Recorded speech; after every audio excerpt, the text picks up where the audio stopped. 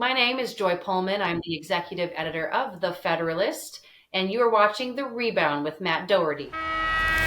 Welcome to The Rebound with Coach Matt Doherty. Welcome to The Rebound. I'm Matt Doherty, and I'll be your host. On this show, we explore remarkable rebound stories of resilience and recovery. We highlight the leadership qualities that emerge in the face of life's toughest challenges, revealing the strengths and determination that inspire us all. With me today is someone who claims that the country we once knew is under attack by our own government. How do we take it back? Let's talk with my guest on The Rebound. Her name is Joy Pullmann. Joy is the executive editor of The Federalist. Her new book is The False Flag: Why Queer Politics Mean the End of America. She has authored several books, including The Education Invasion. An experienced reporter in education and politics, Joy has appeared on Tucker Carlson, CNN, and Fox News. Joy is also a graduate of Hillsdale College. Joy, thank you for being on the show. Tell us about your new book, False Flag. Well, thank you so much for having me. I really wrote the book as a mother who loves children and is very concerned by the fact that some extremely disturbing and distressing sorts of things are being done with children that a lot of people are too scared to speak out about, even though, I think that, for example, the trans issue is pretty obvious. When you're talking about, to form a fake private part for a child, cuffing off the skin from the wrist to the elbow, I think people should be able to be emboldened to speak more. But unfortunately, a lot of people, we have a climate of fear. And I am in a position where I'm able to more freely than other people speak out about that. And because I'm a mother, I really, really care about especially the effects on kids of having a public square in which it's not safe to take your kids to a park, to a parade, to a library, without them essentially being exposed to pornography. We really need to have a better country than that. We should have public places that are safe for all people, including the vulnerable, the most vulnerable, including children. And so that's why I wrote the book, to really say, look, I think the American founders had they had an understanding of America that in order to have a self-governing people, you needed to have families at the center of that. And the sexual revolution has really taken a toll on families. And we're now in a vicious cycle that people really need to do something about. If, like you mentioned in your intro, the people really want to preserve what makes this country great and what keeps it good, and really improve and enhance our country going forward. How can we say queer? Is that okay to say in today's day? Yes, I in fact like it a little better because I find all the letters unpronounceable and they're changing all the time. So I just think queer is something you can pronounce that includes pretty much any sort of designation somebody might use. Now, personally, I've listened to some interviews that you've had. You don't seem to have a problem with the gay community. You just have a problem with queer politics. Is that fair to say? Well, I think the American founders, for example, the usual tack that they took was that if people's behavior did not infringe on others' rights, and it was, something not in the public square, and again, like I said, contributing to public degradation and especially harming children, what people did privately in their own two homes, the American founders really didn't go into their homes and drag people out, like people have been told about. So I really ascribe to that, So I'm a Christian. I do believe what the Bible says, that God made man and woman to fit together, and that people will be happiest, when they're in unions like that. But I think also that people need to have freedom, and that many times people don't understand their own good, and they need the freedom to explore that own good. So as long as it's not harming my kids, I'm not going to be complaining about what people are doing in private. Before you had children, was this a stance you felt strongly about, or did having children just enhance that flame that was already lit? Well, that's actually a funny question to me, because in college at Hillsdale, I identified as a libertarian feminist, words I would not use to describe myself today.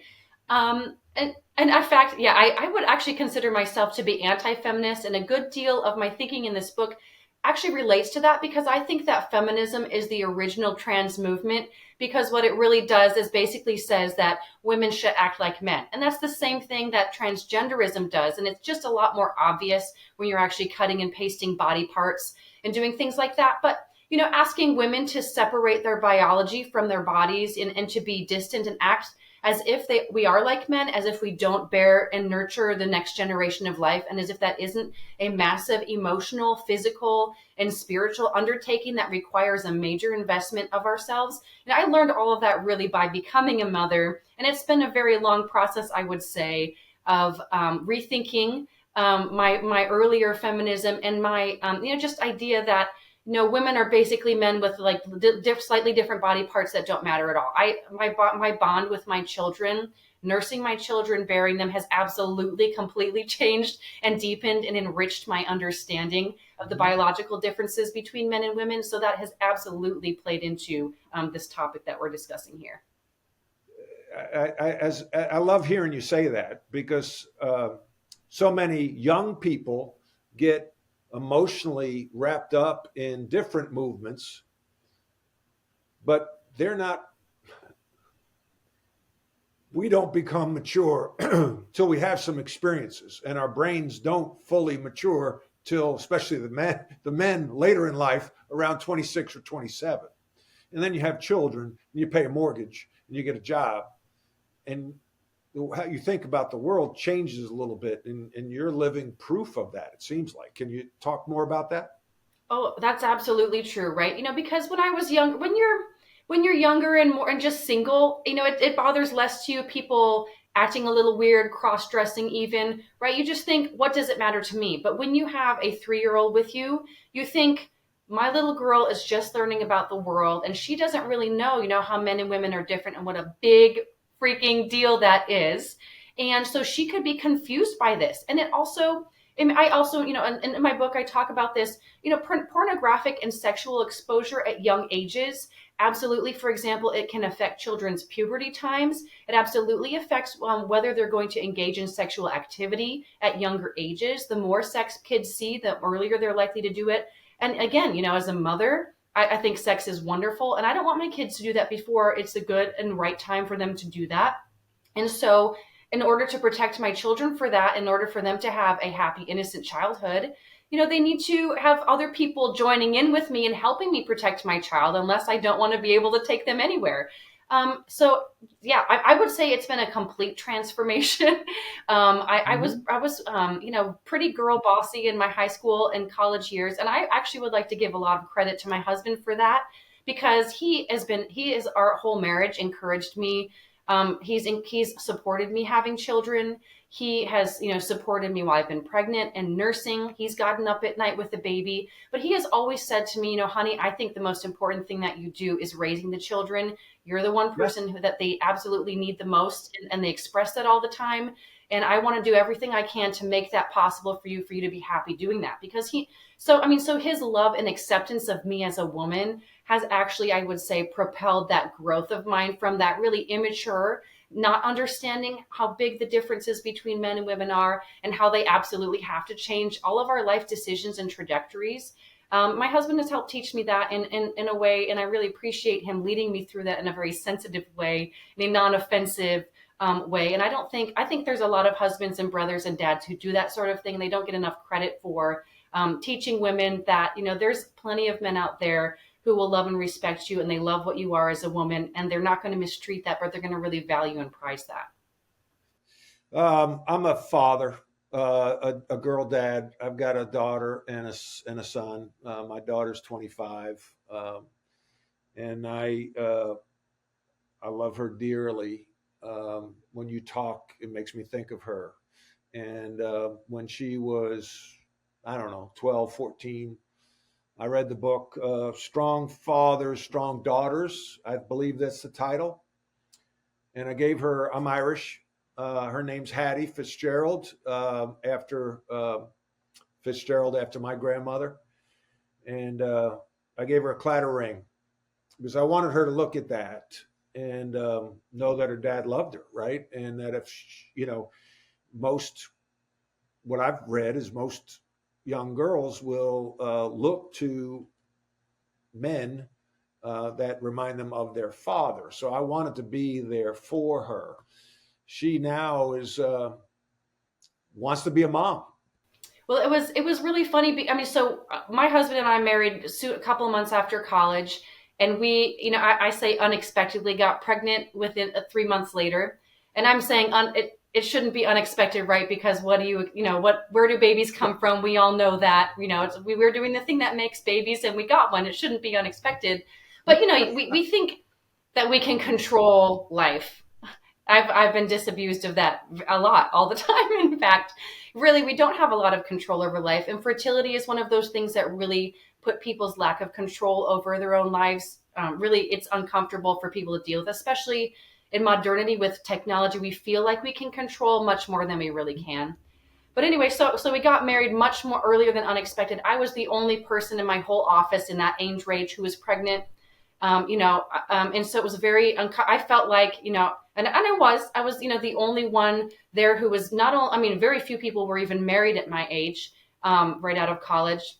And then I was pregnant. It was like, oh my word, it just felt really embarrassing, even though nobody ever said anything negative or unkind. In fact, I had the best boss ever who really encouraged and endorsed my motherhood. He sent me articles about, how to keep nursing your baby even while working. He just really encouraged me to do things that were really good for my family. And it was very baby positive, which I know is not the case for many young women. I've heard a lot of horror stories from young women, such as, offices, telling them to get rid of it, et cetera, et cetera. But my bosses have always been extremely supportive, and I'm very grateful for that. So, but yeah, it was psychologically extremely difficult for me to feel like I thought I was going to, immediately like launch into a career. And here is this baby. What are we going to do with this baby? And my husband was just such a leader in that time for both of us. He told me, he wanted the baby. He was so happy, went to my appointments with me. And just in a very, very difficult time, he encouraged me. So it was scary. We were in Washington, D.C., away from both of our families. But through that, I really learned to rely on him and to trust on him. And he showed me that I really could trust him to take care of us when I was in a very vulnerable spot. And I do think, women, we know that we are biologically vulnerable, and we are looking for, and I think it's the natural male role to be the protector, the provider, and the leader. And when women have men like that in their lives, when we feel safe and secure, then we can move into our femininity, and we don't have to be defensively just trying to be worse men all the time, but we can be awesome in what we are created to be as full flowering, females, proud and happy of the fact that we do gestate the babies within our bodies, and the children really need us to be there for them in a deep way. And I talk about this in the book, of course, that the mother and the father absences that so many children have is a very significant contributing factor to people adopting sexual identity politics. Sexual chaos among parents often creates trauma in children's lives that sometimes leads them to identify as transgender or homosexual. And so the sexual revolution is, really degrading family life in a way that's creating new kinds of expressions of sadness and trauma. Let's go to break, and we will come back. Joy is going to talk about how we rebound as a country by sharing a little bit more insight into her book, False Flag: Why Queer Politics Mean the End of America. OMJ Clothing is an elite men's clothing store that provides a vast array of spectacular brands of men's lifestyle apparel for every day. Elevate your business upscale casual at OMJ. Success comes from standing out. The Rebound is sponsored by Sector Spider ETFs, a unique family of exchange-traded funds that divide the S&P 500 into 11 sector index funds. You can buy just the sectors you like or customize the S&P 500 by weighting the 11 sectors to meet your financial objective. Please visit them on the web at sectorspiders.com. That's sector, SPDRS.com. Alps Portfolio Solutions Distributor, a registered broker-dealer, is the distributor for the Select Sector Spider Trust. Joy, welcome back. How does our country rebound from our current state of turmoil? Well, I don't really sugarcoat it in the obligatory solutions chapter at the end of the book. I do think in a situation this bad will take a lot of time to rebound, but I do think that it is possible. I think a lot of people, there's a lot of despair and doomsaying among people who are aware of how bad things are really in this country, both, financially, politically, and socially. things are really bad, but also miracles have happened in history a lot more frequently, than some people give it credit for. And there also have been some surprising turnarounds, even in American history. There's been a number of points. For example, before the Civil War, and people really thought America was going to crack up. And again, that was brutal. It was terrible. Mm-hmm. But we're still a United States of America, and I do think the right side won there, right? So we have not only global but personal American history. The Revolutionary War never should have been won. People who read the history about that, it was, it was put together by a bunch of ragtag misfits. They didn't even have the majority of people who wanted to leave England. The obvious, everyone knows the story, right? A total underdog miracle, Right. fact that, and multiple times throughout the battle, such as the Battle of Trenton, New Jersey, and so forth, it was just the hand of Providence moved in American history, and I think that it can do so again. But Providence does use human actors like you and me.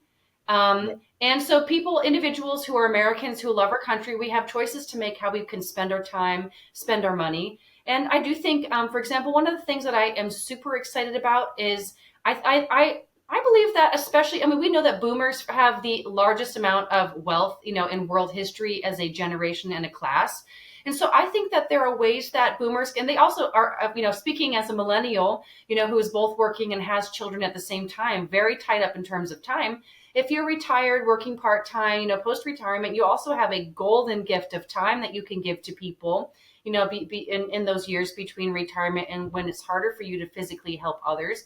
So those are two major assets that I really think could be deployed in this crucial moment before the boomers, sail off to meet their maker. They could be using those resources to really play the long game for the benefit of the country that many of them love. So I think some really great investments would be, for example, alternative education systems.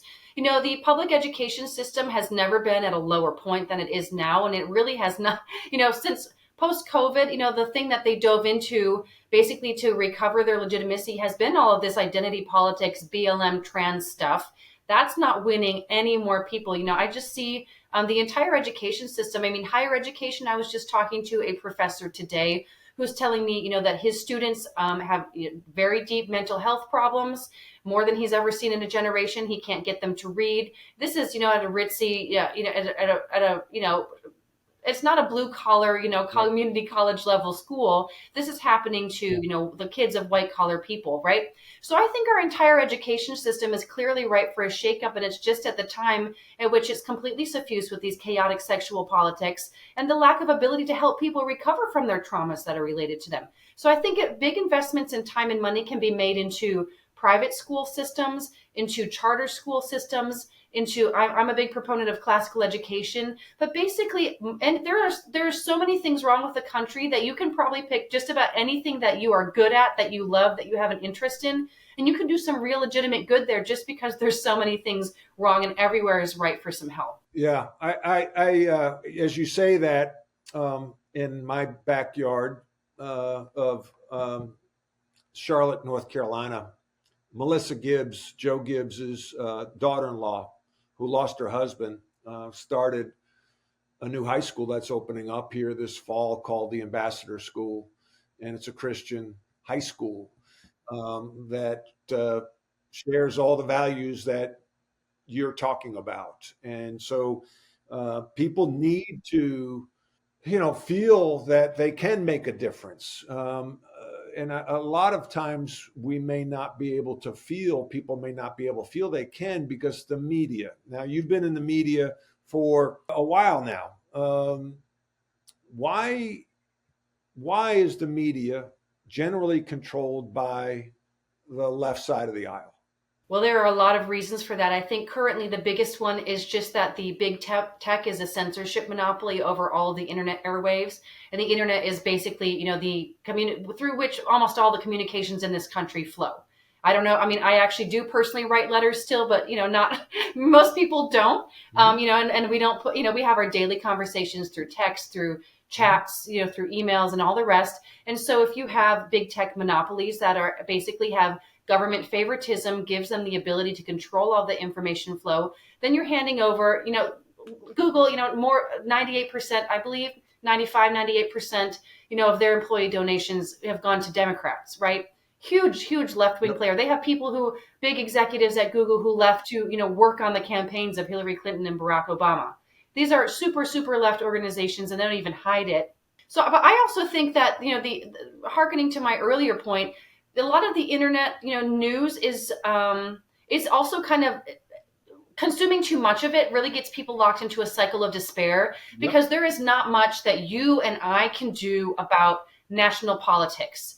And national politics is really a mess, but there is something that having that feeling and having that, the internet also just kind of, it's like staring at the TV, right? It gives you this feeling of helplessness, and you just sit there, getting, less healthy on your couch, doom scrolling, through the news. And I think, but there's a lot that people can do in their individual lives with their children, their grandchildren, and their neighbors. You may not be able to fix public schools in the country, right, but you can make sure that your grandkids are able to go to a Christian school, yep, or be homeschooled. Maybe you personally could homeschool them. Maybe you could support, your grandkids' family to make it possible in whatever way. Either, you can watch the kids, for mom to work part-time from home, or whatever the case is. You can maybe donate for the kids to help go to a private Christian school, buy the supplies for their homeschooling. Like, there's a lot of different creative ways people could come up with, but every single individual could do something in your own life. Even if it's reading good books to your grandkids when you go over for a visit, there is a tangible contribution you can make to the life of someone that that absolutely does change them. I don't know about you, Matt. I'm sure you have personal stories about this. I bet all of us have personal stories of someone, being in their life who completely changed the course of their life. I've had professors who have been like that to me. I had an art teacher in high school who was like that to me. Obviously, parents and grandparents are hugely influential on people. Each one of us can be that kind of a person to someone else. And our person and what we choose to do with our time and invest in other people, it absolutely does make a difference sometimes for the entire rest of the life of the person that you are investing in.